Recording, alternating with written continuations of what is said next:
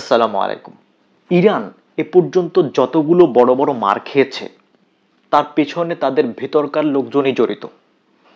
মানে ভেতরকার হাই অফিসিয়ালরা দখলদারদের হয়ে, আমেরিকার হয়ে গুপ্তচর বৃত্তি করে, এবং এই সব কারণে ইরান বড় বড় মার খেয়েছে রিসেন্ট পাস্টে।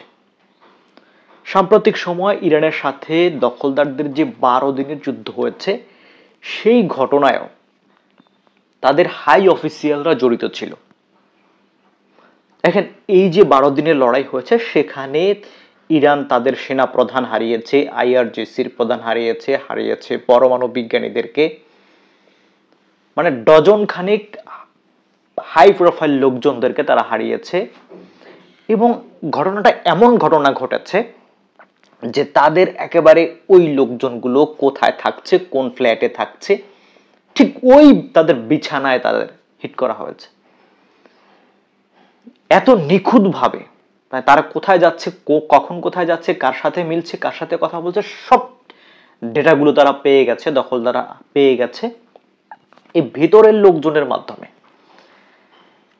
ইরান গত সপ্তাহে একজন পরমাণু বিজ্ঞানীকে ঝুলিয়ে দিয়েছে কারণ হচ্ছে সে গুপ্তচর বৃত্তি করেছে। এই পরমাণু বিজ্ঞানীদেরকে যে দখলদাররা শেষ করেছে বা তাদেরকে যে টার্গেট করে শেষ করেছে, সেই তথ্যগুলো এই ব্যক্তি সরবরাহ করেছে দখলদারদেরকে। শুধু এটাই না, ইরানের সেনাবাহিনীর হাই অফিসিয়ালরাও এই ধরনের কাজের সাথে জড়িত। পয়সার বিনিময়ে তারা নিজেদের তথ্য, নিজেদের ভেতরকার তথ্য তারা সরবরাহ করে অন্যদেরকে, দখলদারদেরকে, আমেরিকাকে, এরকম যাদেরকে করার তারা করে। পয়সার বিনিময়ে তারা এই কাজগুলো করে। তো গত সপ্তাহে, গত বুধবারে এই ঘটনা ঘটেছে। রুজবে বাদি নামক এক পরমাণু বিজ্ঞানী, এবং সে শুধু যেন তেন বিজ্ঞানী না, অন্য হাই প্রোফাইলদের সাথে একেবারে তার ওঠা বসা সবকিছু ছিল। যত হাই প্রোফাইল পরমাণু বিজ্ঞানী ইরানে রয়েছে, বেশ কয়েকজনের সাথে তার খুব ঘনিষ্ঠ ওঠা বসা ছিল।